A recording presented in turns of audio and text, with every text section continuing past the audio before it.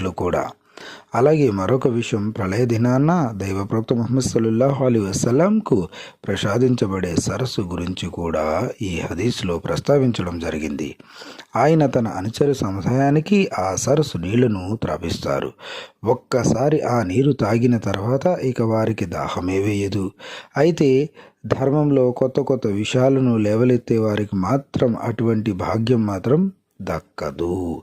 ఇతర హదీసుల ద్వారా కూడా తెలుస్తుంది. అందువల్ల బిదాయత్ అనే కార్యాలు అన్నిటికీ కూడా దూరంగా ఉండి ప్రవక్త ముహమ్మద్ సల్లల్లాహు అలైహి వసల్లం తెలియజేసిన విషయాల ప్రకారంగానే జీవితాన్ని పెట్టుకున్న వారికి ఈ కౌసర్ నీరు అనేది లభిస్తుంది.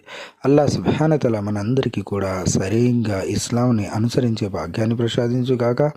అల్లాహ్ సుబ్హానహు వ తఆలా మన అందు ఉన్న మొండి వాదన, మూర్ఖపు వాదనను దూరం చేసి సన్మార్గం వైపు మన మనసును మొగ్గే విధంగా చేయు.